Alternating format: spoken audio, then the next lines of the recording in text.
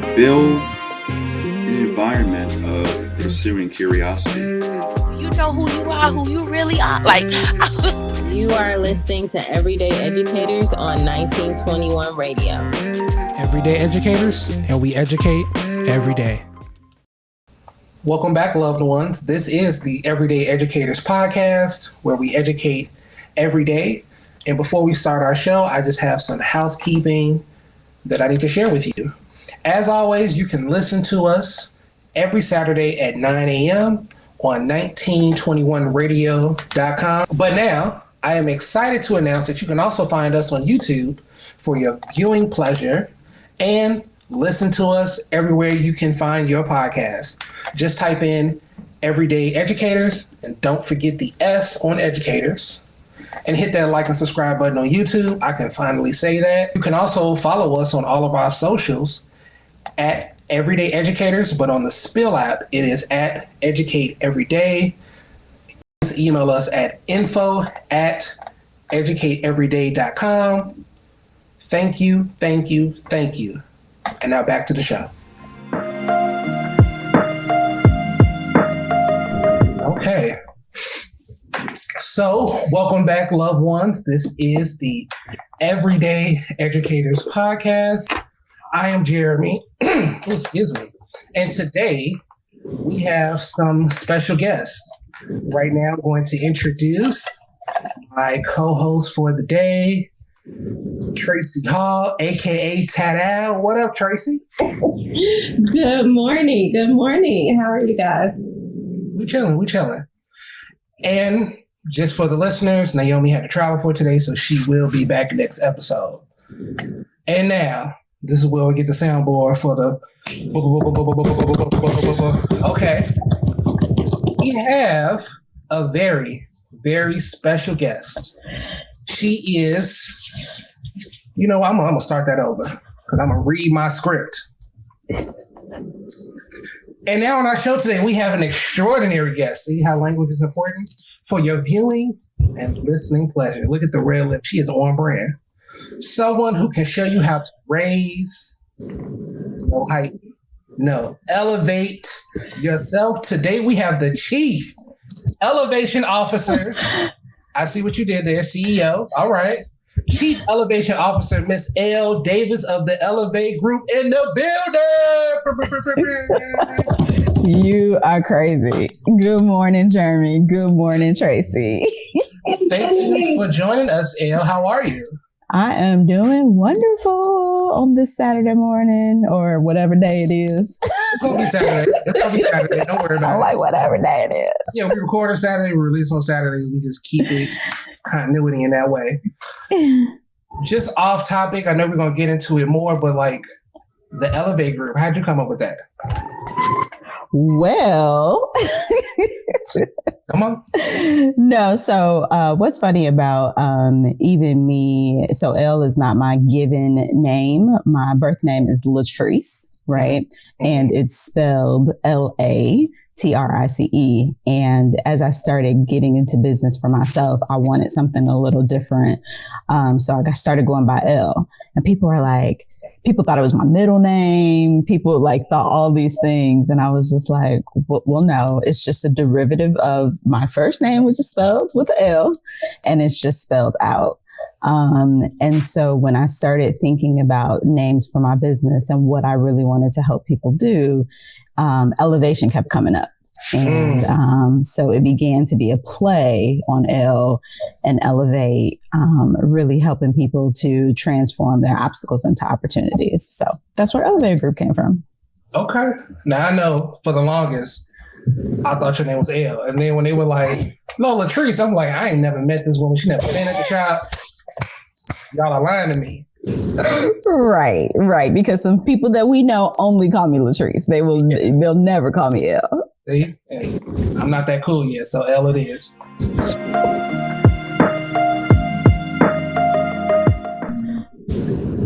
We're going to move on to Actual Factual, and that is a segment where we kind of talk about something that's going on in the world of education. So in that spirit, ladies, I want to take you all back a few days ago when you were graduating and entering the workforce. getting your first adult job. Think about it. Are y'all there? Okay.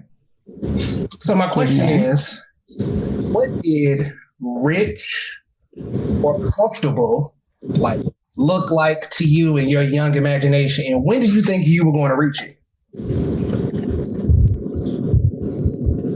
Tracy kicked us off.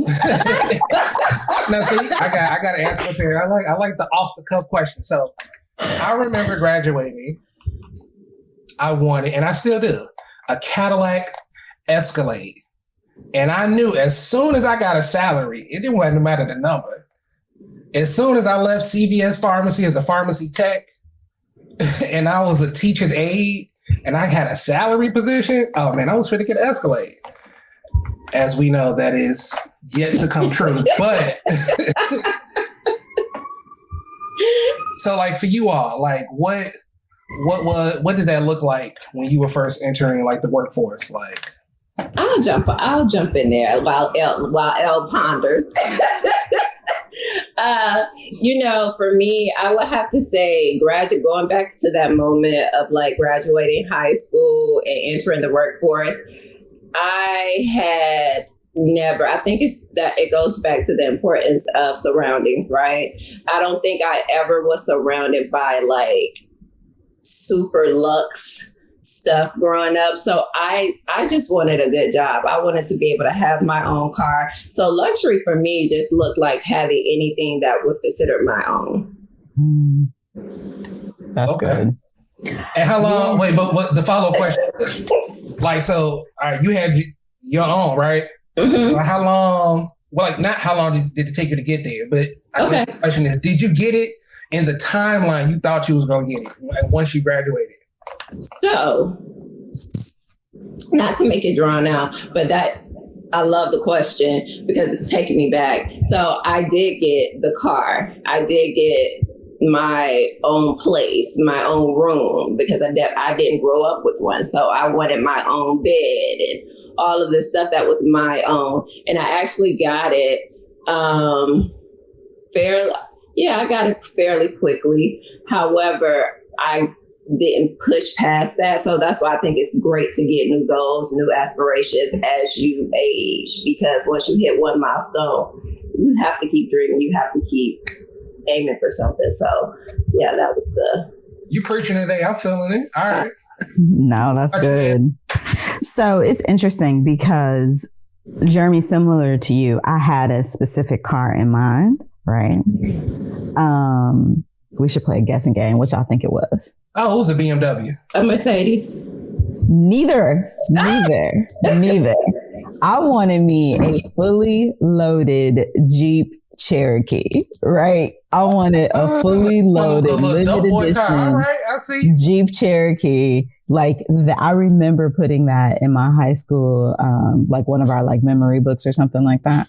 I remember putting that in there. I was like, I'm gonna give me a Jeep Cherokee. That's all I cared about. Those were the best cars in the world to me. So what's funny is I did not get a Jeep Cherokee. I did get a Jeep Liberty though. But what's interesting is I actually didn't buy my first car. My dad did. And so I actually didn't buy my first car on my own until 4 years ago. Right. So there's a long time there because I drove that Jeep for 15 years. So I literally drove my Jeep till the wheels fell off. Right. And then I had to finally buy my own car. And that was a whole different process for me because I had never bought my own car as an adult until I was in my 40s. And that's not most people's story, right? Most people done gone through 2, 3, maybe even 4 cars by the time they enter their 40s. And then I really didn't, similar to Tracy, like it wasn't until high school that I had my own bedroom, even though I'm an only child. But my parents were young parents, didn't have a lot. And so when they moved into their own place for the first time, we lived in a 1-bedroom. So I slept on the couch or on a cot in the middle of the living room. Right. And so for me, it wasn't, I didn't know really this home ownership or anything like that. But I will say that in my mid-20s, 25, 26 years old, my mom and I bought our first building. And so I became a homeowner very young in my 20s. And I didn't plan that way, but it felt good. And at the time it felt prestigious, right? Like, when you got to fill stuff out or you places and they like, do you rent or own? I was like, I own, right? I own, but realistically I ain't own nothing because the bank still owned it. Right. But that's a whole nother other that we really got to dig deeper and teach people about in a different way. But in my 26-year-old mind, I was like, I'm an owner. All right. So the wild dreams of youth, which brings us to our story today. It comes from Jessica Dickler via CNBC.com. And Jessica writes a piece on how today's college graduates are making about $10K less than their parents. And this is adjusted for inflation. It also makes it at $60K after graduation. It makes it the lowest in the past decade, like post-grad earnings. What makes it more difficult for recent grads is the combination of rising housing and food costs and student loans. So, they kicking back into effect. Either of you got student loans? I do. Uh-huh. Yeah, they ain't been forgiven yet, but I'm still holding out hope. Come on, Joe. Come on, Joe. Bring it home. Look, and that's a true Chi-Town statement. Joe. Hey, Joe. Let's go. Bam. Listen, I'm entering back into school, so I'm about to occur some more. See, come on, join with me, Tracy. Okay, you're making proclamations on the pod. This, you know what I'm saying? This is an exclusive. All right. It will age well. I like that. So the article continues to suggest that graduates budget and save and invest that $60K to pay off all those student loans, which, yes, there are all financial literacy tools young people and all people should have.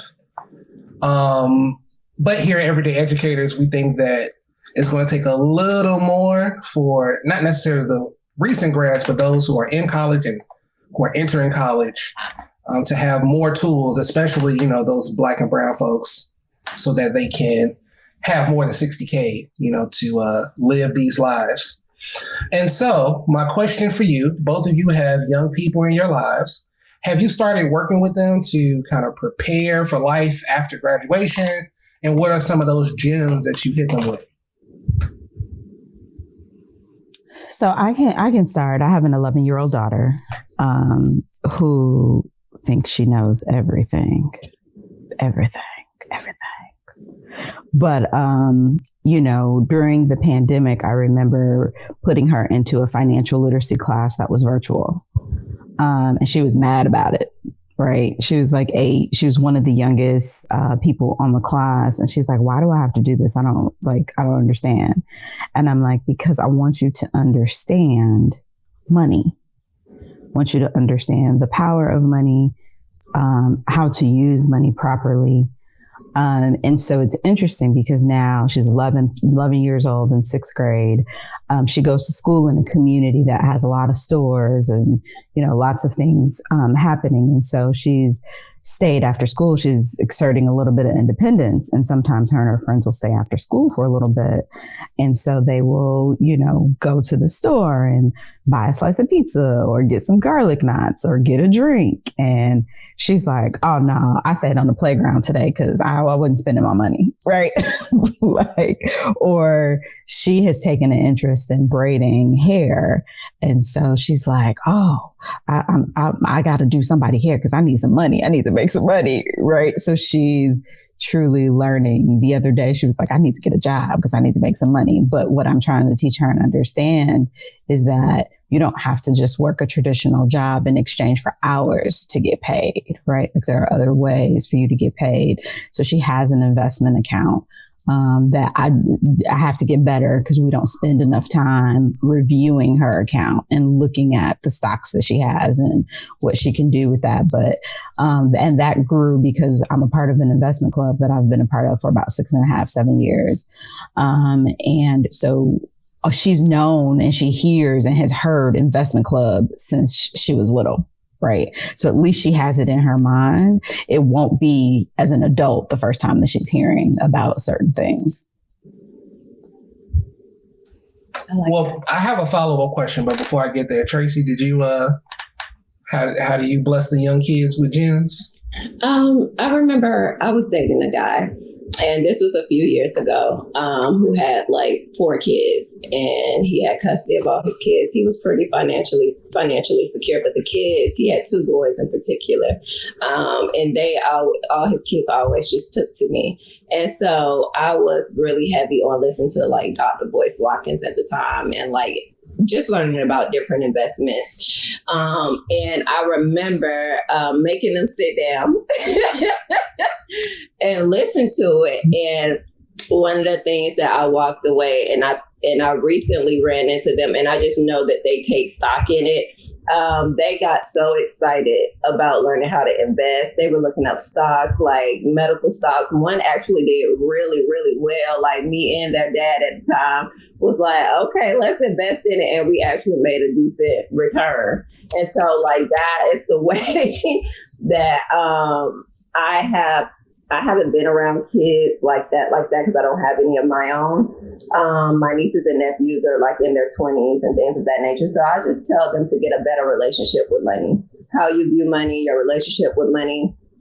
And don't be so, I got to have it now. Like you can wait, because if you don't, it's going to get you in a row of trouble. So that's the gist of what I try to give the youngins when I do encounter them. Okay.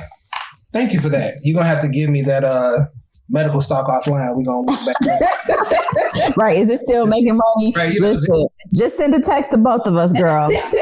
On the low, though. It's only the 3 of us and all of our listeners here, right? But you brought up, both of you all brought up investing. But Elle, you said something that I wanted to just kind of circle back on. Is this investment club? Was that something that like your parents like poured into you, or or did that something you developed like as you matured? Yeah, no, it was definitely something I developed as I matured. My parents didn't have a healthy relationship with money, right? If we're honest, when my parents got into arguments, it was always about money. Right. Like it was always. So I did not even get my first checking account or, really understand what that was until I stepped foot on my college campus. And so the investment account started because of a group of friends. And this is the power of your friendships, right? And the people that are in your circle. It started because a friend was like, man, I think we spend all this time together kicking it. Like, let's spend some time together, like educating ourselves. And we all had children around the same age, right? We had one friend that had kids a little bit older than like a group of us, but there's a group of us that is probably like 4 or 5 of us that all have an 11-year-old. Right. And so it was like, let's do something that we can educate our kids about. Ideally, we wanted to do it so that they can start their own investment club as well. And so that we could grow and like not just spend the time together kicking it, but also spend the time together making money, investing in ourselves, educating our children, so that we can be real productive with our time. It's like, it's cool to kick it, but let's grow together.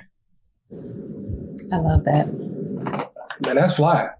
Have the 11-year-olds started an investment group yet? They haven't. I will say the person that was kind of like the driving force behind it, he is in ridiculous amounts of club. His line brothers got a club. His family got a club. Like he got clubs all over the place. I think he in an investment club meeting every night of the week.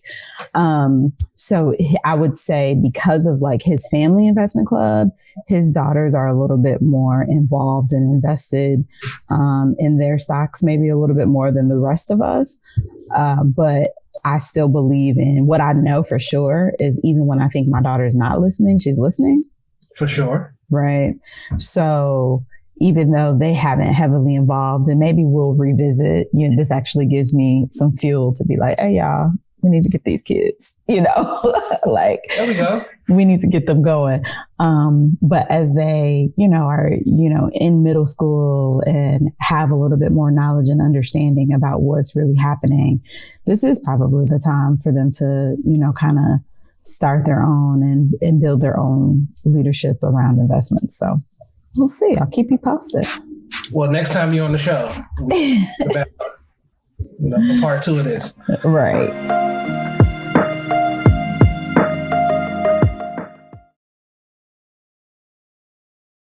Now we're going to zoom in more on UL. And so the first question is, if we gathered all of your teachers, high school, grammar school, elementary, wherever you all call it, where you're listening, what type of student would they say that you were? Oh, that's a tough question. Okay. I'm thinking back to I'm going in my own head to kindergarten through college. What type of student would they say that I am? That is such a dynamic question. I think they would say that I was smart, but did not always put forth 100% effort. I think even just thinking about my schooling and thinking about how I show up in classrooms and what I've done over time is I'm eager and, for knowledge. I'm nosy. I'm very inquisitive. So I like to be in the know about what's going on. However, I sometimes am I'm not really interested in the execution of those things. And I think my teachers saw that early on. Teachers be knowing. Teachers be knowing. They be knowing. They be like, come on, girl, let's get a little bit more. Let's be for real. All right. So tell us about your time at Walt Disney. First of all, are you from the North Side? How did you get there? What? I'm like, is it 2 Disneys? Because I'm like, Elle ain't from over there. Walt Disney, 4140 North Marine Drive. Okay, talk about it. Talk about it across the street from the lake. What was y'all mascots? Were y'all like the Mighty Mouses, the Goofy? No, nothing related to Disney. That's what's so funny. We were Disney demons. I don't know if they still the demons, but we were the Disney demons. Oh, wow. Based on what they say about Disney, that's look crazy. But right. Okay. But no, Disney Demons, green and blue were our colors. And they used to tell us that, no, it was dope though, because listen here, they used to tell us the green was for the grass and the trees that we could see right outside of our windows. And the blue was for the sky and the water that we could see right outside our windows. All right, so hold on. We're going to stop. So based off aesthetics. Listen, for those of you who now from Chicago, that's privilege at its finest. Everybody got grass and water. You know what? In low key, I've never thought about that before, Jeremy. It is super privileged. I'm listening. Now I went to Persian. We right off the lake on 31st Street, but we had the lake and we had grass, but I'm just like, if you went to Doolittle and it's just the projects all around you, concrete jungle, angels, right? That's great. Wow. I never thought about that. Oh my God. So the privileged demons, tell us more about tell us more. I love my camera. Tell us about the privileged demons. Oh, you are cutting up. That's hilarious. So my parents are from Inglewood. Both of them went to Harper High School. A couple years ago, I actually saw for the first time that I can remember the building where my mom stayed in when she was in high school and was late to school every day, literally across the street from Harper. That's a whole nother story. But my back in the day, right now, I don't know if this is how this is in other parts of the country, but in Chicago, we can't even get the bus system right. So the kids don't have buses. But back in the day, there were bus monitors, and that was kind of a coveted job. People enjoy being bus monitors on the school buses. And my aunt and uncle, a couple of my aunts were bus monitors on the buses. And with them being bus monitors, they told my parents about Disney. And so my parents had already kind of looked into Beasley as an option on the South Side, right, as a magnet school. And you talk about privilege, like Beasley don't even have no windows, right? Like, real talk. Like, Grandma taught at Beasley, we're not gonna stand for no Beasley hate over here. Okay? No, it's not hating, okay. But it's just like, you know, like really when you think about like the difference of schools and where schools are located and the communities. Right up the block from where the Robert Taylor homes was. Exactly. Which is also wild because I started my career in Robert Taylor, but that's a whole nother issue too. So my aunts told my mom and my dad about Disney. And my parents was like, okay, well, let's apply. Let's figure out how she can go to Disney. And so when I was 5, they moved up north. So we moved from Inglewood to the north side of Chicago so that I can go to school. But hence why we only, like, I don't know our living circumstances before then. I don't know if I doubt it, right? When they moved up north, they were like 23, 24. So I doubt I had my own room even prior to that. But hence why they moved into a 1-bedroom apartment. That's all they could afford. Right. But I went to Disney from K through 8th grade. And I was bused to and from school because, you know, the bus system made a little bit more sense back then. But I had to get on the bus super early in the morning because my parents had to go to work. So I think my bus picked me up at like 6:30 in the morning or something crazy like that. But then one of my dad's siblings, one of his brothers, one of my uncles also moved on the north side. My cousin went to Disney. So it kind of like some of the family like was around us and we were able to go. But my parents uprooted themselves so that I could go to Disney and have that education. Well, we appreciate you, Mom and Dad. That was quite an undertaking to go to. Right in your in your early 20s, and your family is on the South Side, and you are like, okay, we about to move to this new part of the city. We'll know nothing. We'll know. Was it Edgewater or somewhere else? Yeah, so it was when we first. I guess technically that is Edgewater where we first lived. I'll never forget an address, like 6119 North Kenmore, right? And that's the north side Inglewood, so you know it's that's the north side. Not back then though. Look, I'm 46. Not back then. Okay, I wasn't there. So I can't be quiet.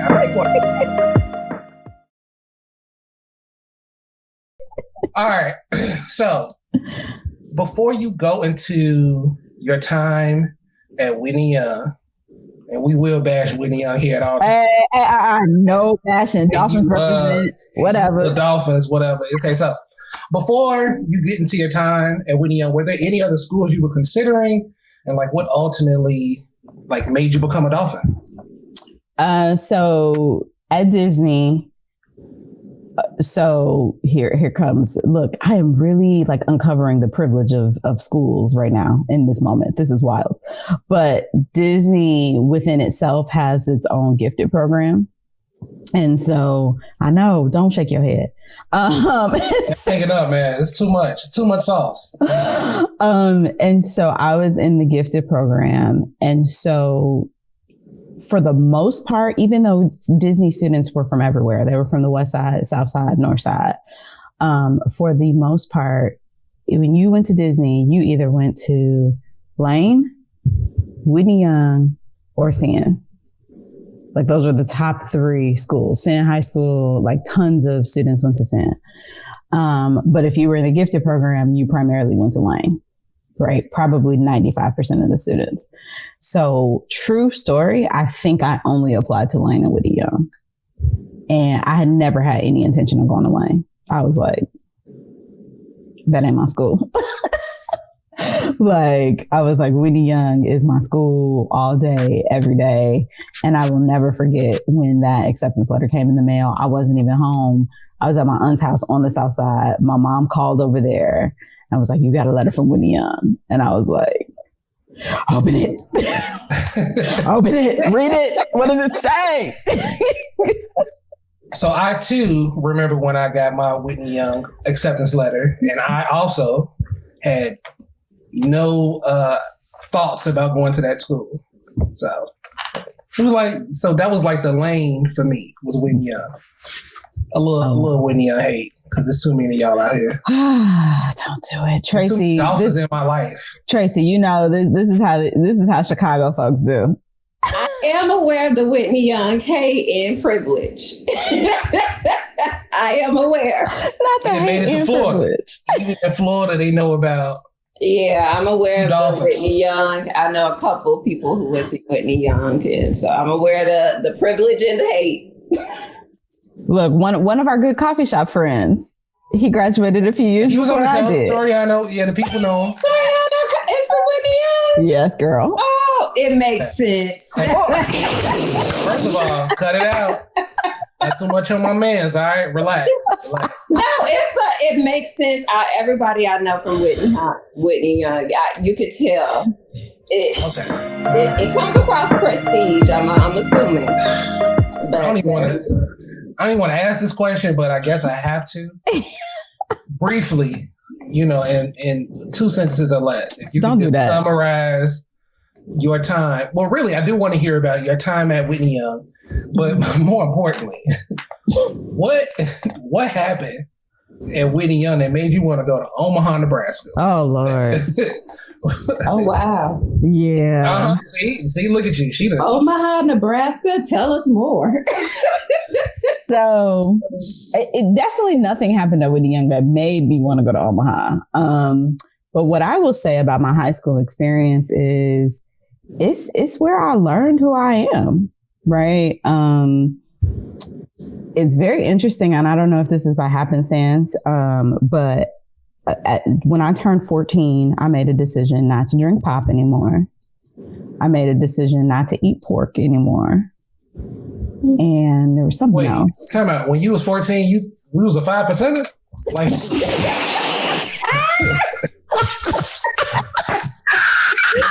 that was going through my mind. I was like you with the woo, like you are cutting up. Was like those are very strong stances at 14. The guys in the earth, you are cutting up. Oh my God. What happened? That was traumatic. Listen, it had nothing to do with any of that. Like I didn't even learn till later what a 5%er was, right? Like I had no idea. What I will say, what was interesting is my freshman year of high school is when Malcolm X came out, when the movie came out. Mm-hmm. And we cut school to go see the movie. Like deep. And here's a true story. I had some shorts that a friend got me from TJ Maxx that had a big X on it. And those are the shorts I wore to see Malcolm X. I love it. Yo. True story. You laying it on thick. You was really the Ali. You was really listen, and that's not even what's funny is that's not even who I am. That's what's funny. Like it's just happenstance. That's why I said it just kind of happened that way. But like doing stuff like that, like cutting school to go see Malcolm X and then having legit discussions, right, about the movie. I was just like, oh, is this what we do in high school? Okay. Like, this is pretty dope. But I ran track in high school, so I learned how to be a part of a team. I learned what it meant to support people no matter what their skill level was, no matter what was happening. So that was pretty powerful. And, I have some friendships that are still intact, and maintained from that day. It wasn't the first time I had a Black teacher, but it was because we did have some Black teachers at Disney, which I was grateful for. But it was the first time that I saw so many Black and brown students that were all considered smart, top of their class, and like really interested in learning and educating. Because at Disney, even though there was the gifted program, I was one of 3 or 4 Black students in that gifted program. Everybody else was white or Asian. Right. So getting to Whitney Young, I was like, oh, everybody looked like me and we all smart. Like, that's dope. Right? Like, we out here doing it. So loved my high school career. Wouldn't change it for the world. It is definitely the first step that I gained into leadership and understanding just who I am as a person. Now, fast forward, how that got me to Creighton University. I never heard of Creighton University ever in life. Neither have we. Hush your mouth until you don't heard. So anybody that watches basketball has heard of Creighton from that standpoint. But I was a junior in high school, doing as junior girls in high school do, go to a bunch of basketball games, right? To see the cute boys play basketball. I mean, let's be real, right? I'm with you. Like, that's what we do. And cut it out. The education podcast, all right? Relax. Educating your audience about how connections and relationships are built. Thank you very much. Love it. And so, can we elevate this conversation? Keep the pun. I love the connecting dots. Circle it back around now. That's how we do it. Connect dots. So met a friend who was playing basketball and was like, "Yeah, I'm going to Creighton." Blah blah blah. And I was like, "Dude, what is Creighton?" And he more chocolate than I am. And I was just like, "Where is Creighton?" Omaha, Nebraska. Sir, you black man playing basketball in Omaha, Nebraska. Where they do that at? Right? Like, what's going on? And he was just like, "Don't knock it," you know, like all this stuff. And he's like, "No, you should check it out." Because at the time I wanted to be OB-GYN. I really thought I was going to be a doctor, that I was going to bring babies into this world. And so I took like one little step and dug a little deeper. And Creighton had this guaranteed admissions program that if you maintained a certain GPA in undergrad, you automatically got into their med school. And I was like, that sounds sweet. So while HBCU heavy, right? Like everybody at Whitney Young was like Howard, U of I, let me be real too, right? Tons of Whitney Young folks was going to University of Illinois Champaign. But you know, folks were looking all over the map. So I mean, who knows how many college applications I put in, and they were all over the place. But Creighton came, my first acceptance letter came from Creighton, and they were offering a pretty decent amount of money. And my mom was like, "Oh, Creighton it is." Nice. Listen, you know what? I appreciate your parents. Mm-hmm. Although, well, I have a lot of friends, some of them we both know, who have children who are going off to college. Mm-hmm. And, you know, some of these young people have a lot more say-so over where they're going to school and don't quite understand all the variables in making that kind of decision. So when your mom was like, "Oh, they offering the most money," well, that's what, that's where it's at. You know, I'm sure it's paying off dividends from that, what you would have paid at U of I. So. Well, yeah, I mean, still owe some money, but, definitely not quite. And I probably owe more money from NYU for grad school, truth be told. Well. What? Come on, Elle. Listen, stunting is a habit. Stunting is a habit, okay? Well, All right. Talk to him, Elle. Tell him. Yeah. Yes. I am a highly educated Black woman. Let's be clear. Say less. Less is said. What I want to ask is if you can talk about your time in Nebraska, in New York, for that matter, at grad school, like, what kind of experiences did you have there at those institutions that kind of helped prepare you for the work that you're doing today? So one of the things I'll never forget about my time at Creighton, and I actually just shared this with my daughter when we were in Omaha in the summer, is no surprise, I'm sure, to most people. So Creighton is a private Jesuit institution. So what does that mean? That means it's a predominantly white institution, right? Folks coming from all places in Nebraska and Kansas and Colorado and wherever. And so we had what was called freshman seminar. So we're in our freshman seminar, and Creighton is situated right outside of downtown, right west of downtown, right in between North Omaha and South Omaha. North Omaha is predominantly Black. South Omaha is predominantly Latino, right? So just giving you a little bit of landscape of what's happening. So we're literally right on the cusp of North Omaha, though, like 2 blocks, right? So there's a McDonald's that tons of Creighton students went to. There's a McDonald's and an Asian, like Chinese food spot right next to each other. We're in freshman Omaha in freshman seminar. And I, at that time, maybe it was one other Black person in this particular freshman seminar group. And they said, well, there is a McDonald's over there. It's in North Omaha. So don't ever go over there by yourself. And I said, excuse me. I said, we shouldn't go to McDonald's by ourselves because we just should stay in groups of 2 or more because it's safe in general, or we shouldn't go to McDonald's because it's in North Omaha. And they were like, well, it's in North Omaha. It's not safe. I said, why is North Omaha not safe? And they start stuttering over their words, right? And these are white people telling me this. And so I said, let's be clear. I said, I'm from Chicago, Illinois. I said, I know people. I have been in Cabrini Green projects, which at the time, like, was notorious. Like, people knew about Cabrini Green. As soon as they heard Chicago, that's what they equated, like, Chicago to.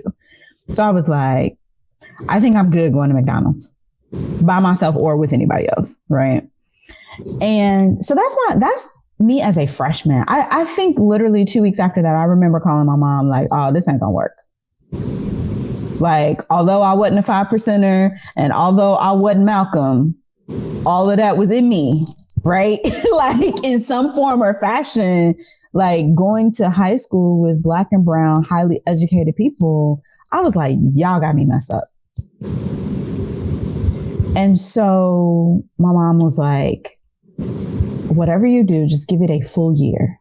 She was like, if after 1 full year, you still think it's craziness and you can't hang, you can do whatever you want to do. You can go wherever you want to go.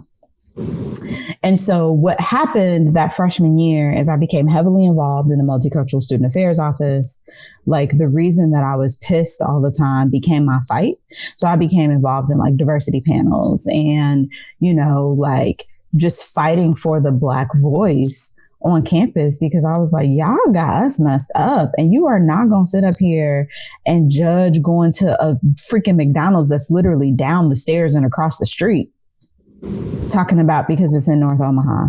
So I began to educate people in a different way. I became the Black girl okay with people asking me about my hair and having all the questions about, like, well, why don't you wash your hair every day? So although it was frustrating and it was exhausting, I was like, if they've never, I literally met people that had never met a Black person in real life before getting to Creighton.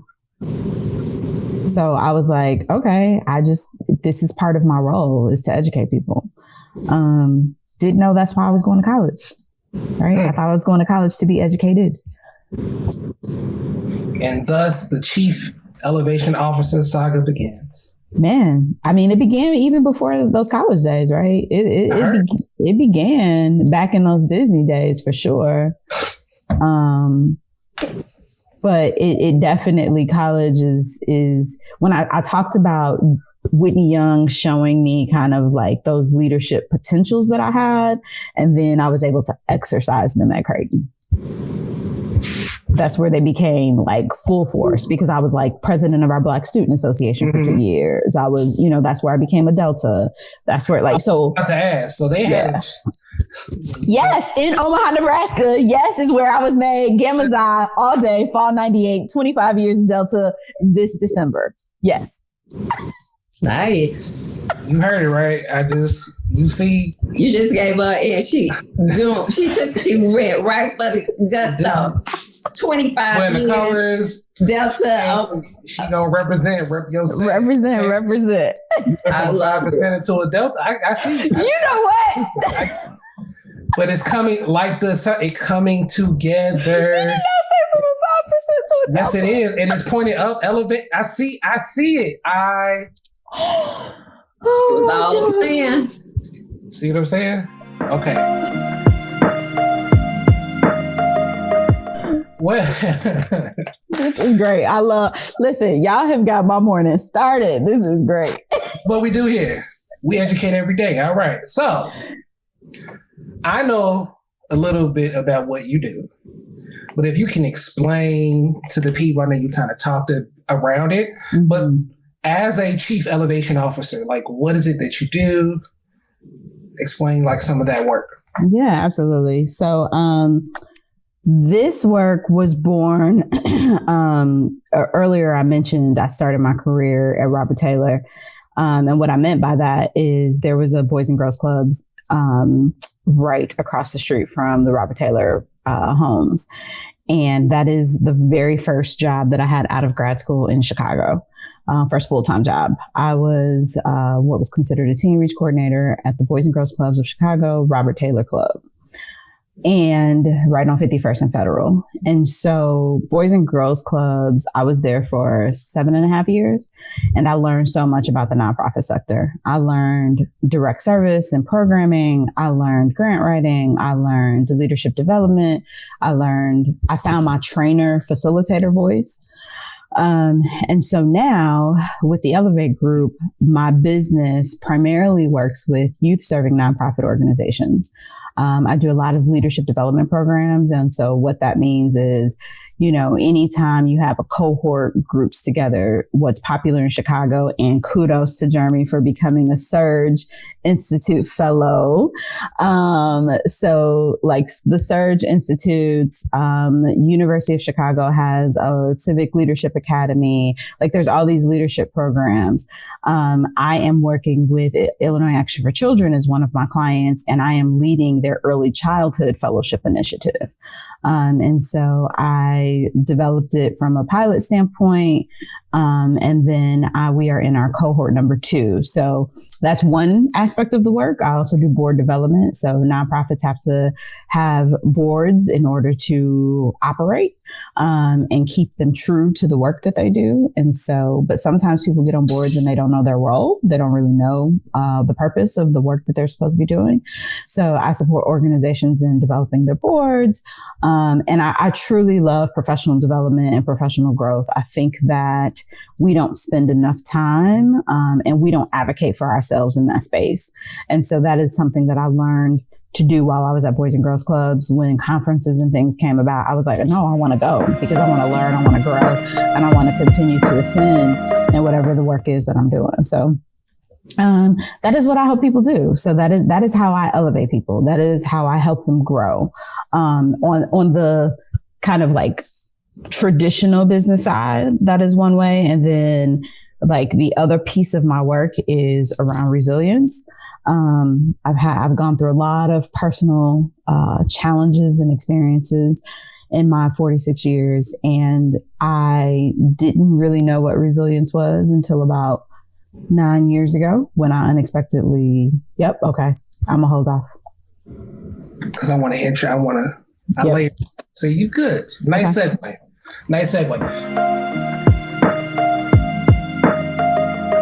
As you were just getting into, right? I'm a pair both of these questions together because I know they roll right into each other, right? Mm-hmm. So the work that you do, like open up a lot of doors for you, one including a TED Talk. Yep. The first time we got a TED Talk alum. Hey. Podcast, we majored. TEDx, let's be clear, TEDx, because there's a big difference between TED and TEDx. Is it like Twitter and X? Okay, never. Well, shut up. TEDx. Yes. Okay. So talk about resilience, and then like how that work kind of led into that experience, can kind of ball that together.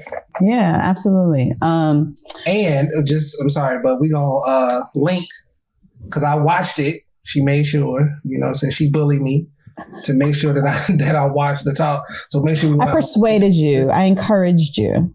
Listen, she put on a little 5% of Kofi and the little shorts with the X on it. She was 5% of Kofi.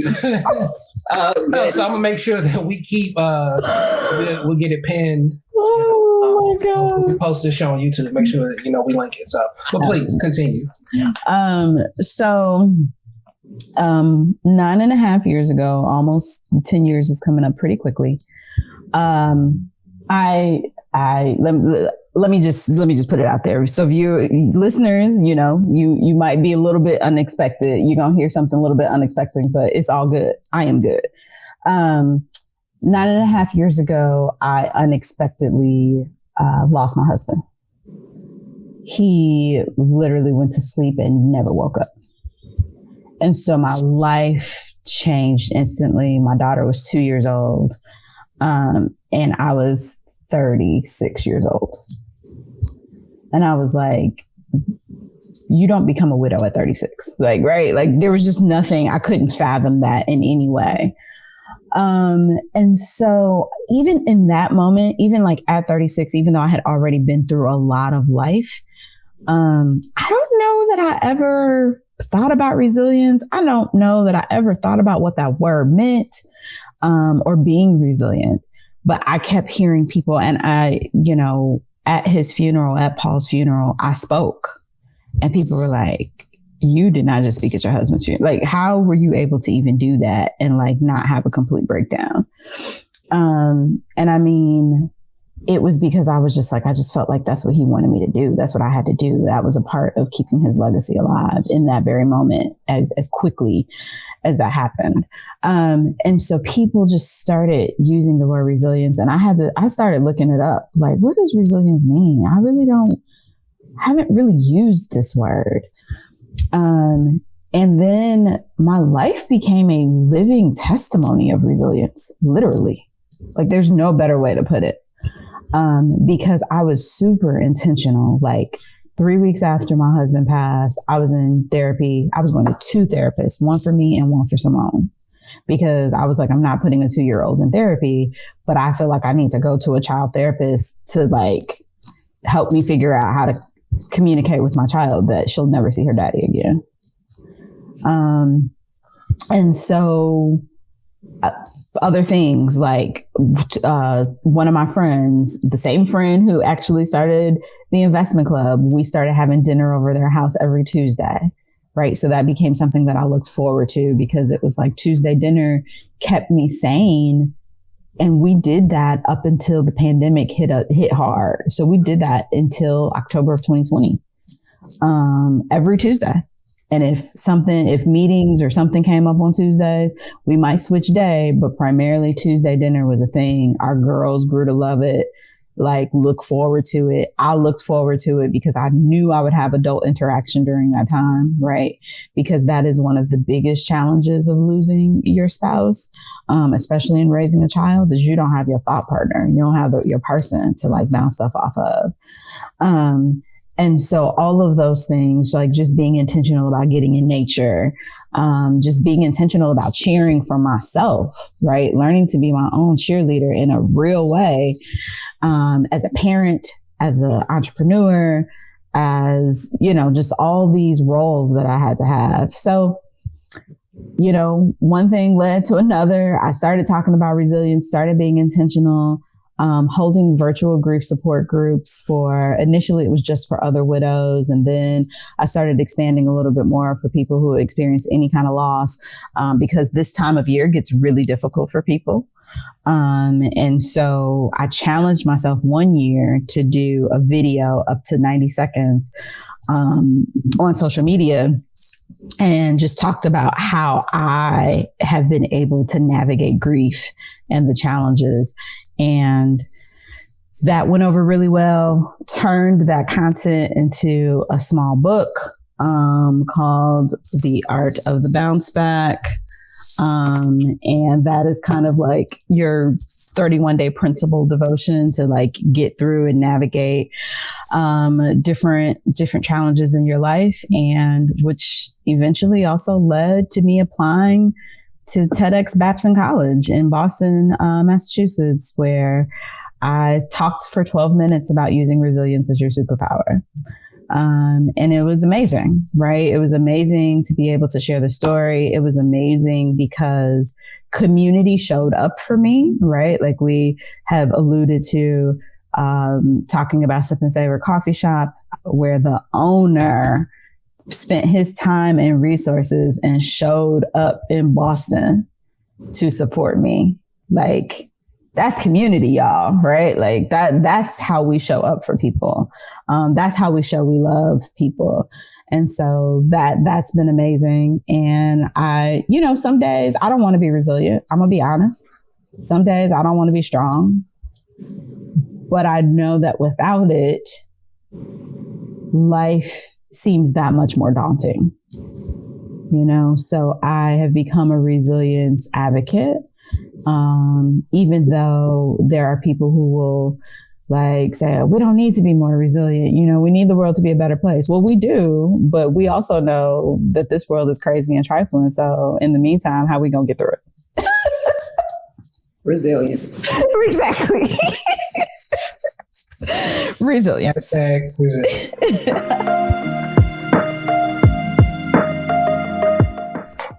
Thank you for sharing that. Yeah. I mean, even though I've like heard the story before, like it still is re-encouraging.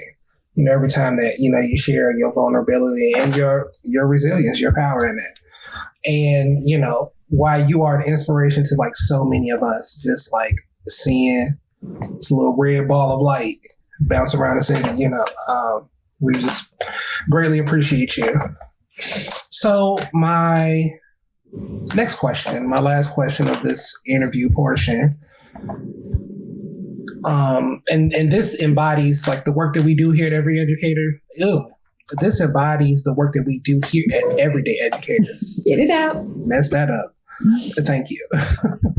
So right now, there is a little demon somewhere in the Walt Disney's, a mini dolphin, if you will, at the Whitney Youngs of the world, who would like to be in the field of resilience and would like to become a chief elevation officer. And they don't quite know like where to start, or those educators who are like helping them along the way, right? They don't know where to start, where to direct them. So what are some things today that a young person can do to prepare to kind of do the work that you are doing? So, it's interesting. This week I heard something that has challenged my thinking. A lot of times we tell people when we talk about finding your purpose, right? And so how do we go about finding our purpose? We get involved in lots of different things. The way that I teach my daughter is I expose her. Like she literally left out this morning going to an art class mad because I enrolled her in this art class. But I'm like, you don't know till you don't know, right? Like you have to experience it first. And then if it's absolutely like, nah, I have no desire, then okay, so now we know. But you gotta, I tell her, I'm gonna expose you to everything. You don't always have to like it, but you're gonna get exposed to everything. So that's one part, right? Is just, educators in classrooms they don't always have the resources for the field trips, don't always have the ability to get outside of the classroom. So you have to bring things into the classroom, right? You've gotta explore the world through the devices. Most of our schools at this point have computers in the classroom that students have access to at some point throughout the day. So it's like you got to expose them to the different continents and countries through that means, right? Like, no, you can't take every student to Ghana physically, but you surely can take them there virtually. Right. And so we have to expose our young people. But so getting back to, someone talked about the purpose, but really the question we should be asking ourselves is like, what is our function? right? Because what are we really meant to do? I believe, from my perspective, we are all here to serve each other in some form or capacity. And so figuring out what the function is, like, I know that I've always known I wanted to help people. And it started with little people, right? Even when I was 14, I had a junior camp counselor job at the park district. And so it's like, I always knew I wanted to impact and influence people, but I just didn't know what that meant or what that looked like. And then when I learned about training and facilitation, I was like, oh, I was thinking of it as that's my purpose. But now, like, having that conversation, listening to this conversation earlier this week about purpose versus function, I'm like, oh, my function is to teach and train and educate people through my facilitation, through my words, through my story, through my experience. And so I think we have to continue to expose our littlest people. When I was at Boys and Girls Clubs, I was all about experience and exposure. And so that's how I parent. And that is what I challenge everybody listening, whether you are a parent, whether you are an actual educator, no matter what, it is our responsibility to expose young people and to give them experiences that they may not otherwise have. And so we got to do that on all levels. So we have to take them to the Black-owned coffee shop. We have to take them to the Black-owned boutique.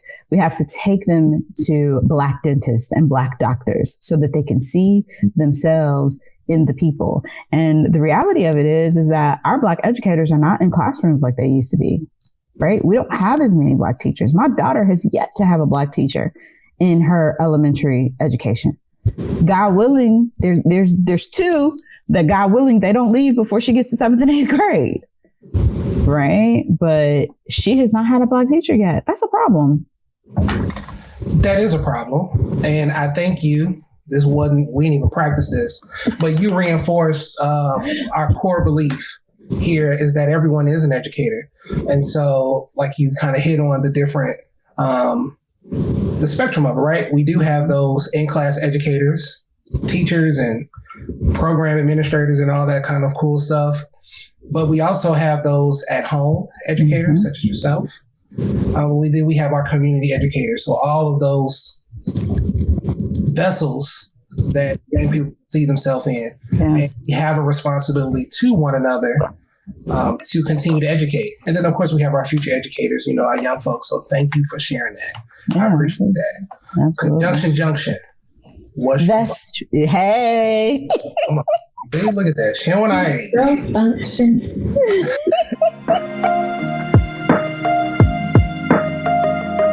Our last question, and one of the most important, we kind of end our show with a book club, right?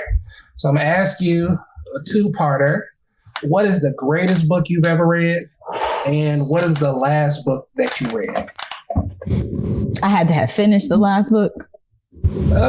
No, but we gonna pretend like you did. I don't know the name of it. The greatest book. You know what stands out? The first thing that's coming to my mind is Makes Me Want to Holler. You wanna holler? I read that book in my 20s, maybe. And I don't know. It's just something. It talked a lot about Harlem in the 20s. It talked a lot about, like, not necessarily just like Black plight, but there was something about it. Actually, I need to reread it so that I can see how me reading this like 20, 25 years later thinks about it. But I just remember reading it and it standing out in my mind as like a great book. And I remember sharing it with a lot of people at that time, like, oh my God, you got to read Makes Me Want to Holler. Like, so that is what's standing out in my mind. The first thing that came to mind. The last book that I finished, I really don't know the name of it. Let me see if it's in my phone. I actually, I'm reading or listening to like 3 books at once right now. One of those can count. I'm like, but I haven't finished those, but I did finish one this summer. Let's see. I'm going to find it because I prefer to share something that I have already finished. And as you look, the essence of this segment, I'm a reader, and we're all readers, and people often come to us and say, "Hey, what is a good book suggestion? What have you read? Something like makes me want to holler." So we kind of include this so that folks who are listening and who may kind of resonate with you and your personality, your story, and say, "Well, if Elle likes makes me want to holler, I want to read makes me want to holler as well." So so the book that I just finished though was This Close to Okay. So that was fictional. This Close to Okay. It was fictional, but powerful. Okay. All right. Really so, powerful. Like I said, next time you're on the show, we'll circle back on this. And instead of asking the greatest book that you read, we'll ask your review on Makes Me Want to Holler for the second time. Ooh, so you about to hold me accountable. That means I got to go read the book. That's how it works. And that is a wrap, y'all. Thank you for going on this journey with us. I want to thank our special guest, Tracy. Round of applause for Tracy for spending some time with us today, helping a brother out. And I want an extra special round of applause for the best interview so far. I didn't even have said that before. For Elle, Miss Elle Davis, thank you for being here. Thank you. Much love. Before we go, Elle, are there any final words? And please share with the people how they can get in touch with you. So final words, I really appreciated what you said earlier, Jeremy, about really the premise in your philosophy is that everyone is an educator, because it's true. And I think that if we all take on our ownership of what that looks like for each of us, that we can make some change and we can have significant impact in this world, especially for our most vulnerable, our young people. And so I think that is my call to action for the listeners, is you don't have to be the parent, you don't have to be the auntie or uncle, but just expose young people to something different. If you don't have children, but you live near a school, ask if you can, come in, even if it's just one time, and tell young people about your travels, right? If you took a really cool trip somewhere and you took some pictures, go put together a 10-minute PowerPoint and be like, hey, can I share this with our young people? So I think that we just all have a role to play into that. So that is what I will say. And I truly believe that we can utilize resilience as our superpower so that we can navigate life's challenges, because what we know for sure is that challenges will come our way. And so you are more than capable of handling them. You have all the tools necessary that you need to get through whatever those most difficult times are. And you got me rooting in your corner, even though I may never meet you in person. So just want to remind people of that. I can be found on Instagram at Elle Davis Speaks. That's all one word, Elle Davis Speaks. Or you can head to thebouncebackcrew.com, where you can learn more about the book. The TEDx talk is listed there. All those good things. Alrighty, thanks again. And until next time, keep teaching, keep learning, and keep loving. And we out, y'all. Peace. Peace, peace. And that's the show. Yay!